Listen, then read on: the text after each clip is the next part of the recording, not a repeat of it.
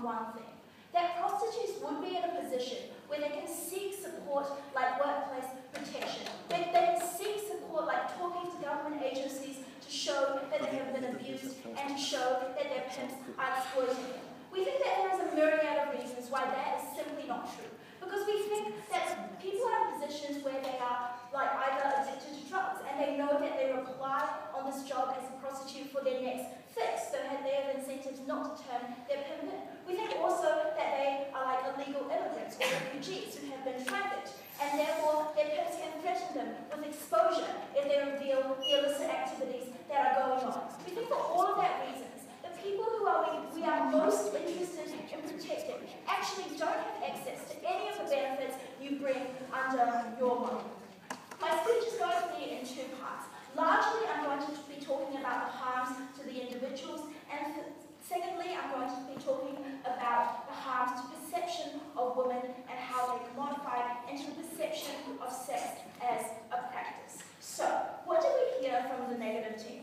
Richard tried to tell you that illegal prostitution allows prostitutes to access worker protection, to hold their employers and their clients to account. They can report abuse to the police, they can communicate with government officials. We also heard from Richard and Jackie that women have the right to make a legitimate and genuine choice to sell their vagina in exchange for a way of getting, surviving in their day-to-day life. We think, sure, some women have the knowledge and ability to access that protection, and some people have the ability to make a genuine choice to choose this lifestyle. But we made it very clear that these women are probably also women who have alternative options, who can seek alternative employment, who can seek government welfare.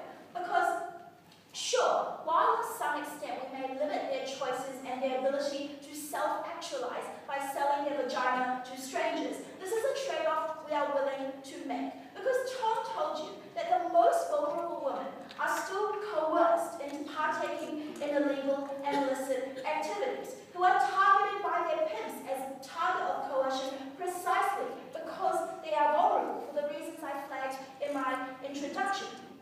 Who are still forced against their will into partaking in violent and perverse roleplay, who are told that they're not allowed to have a safe word because absolute control gives these clients an added thrill. We think contrary to Richard's remarks, it is easier to exploit people if we legalize prostitution because you can pass off the going on of these illicit activities under a facade that is legitimate. It is easy for when the police come around to hide these illicit activities in the back room, to show that free condoms are provided at the door, to show that women are treated the right way. We think it's hard for police to regulate all brothels, and therefore we think it's very hard to police these illicit activities, especially when prostitutes have incentives not to report them themselves. Furthermore, even if they have the willingness to report it, they often don't have the means because they don't have the knowledge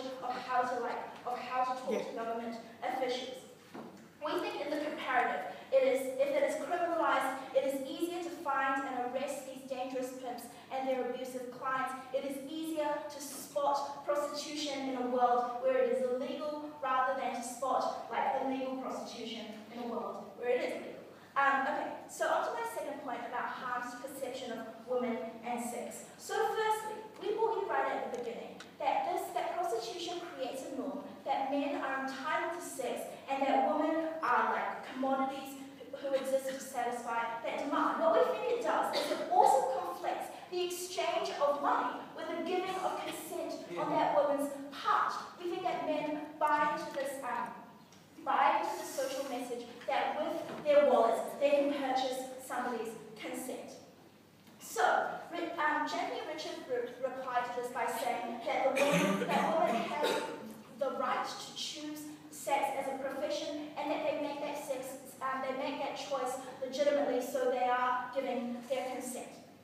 However, as I've given to you in my first point, we think that while some women make that choice, it's not a big stake if they're removed at that choice because they can find other ways to support themselves, and it is the most vulnerable people who are robbed of that choice completely. We also think that the practice of prostitution itself normalizes this idea that the sex is all about pleasing the man. That the end game of that sex is when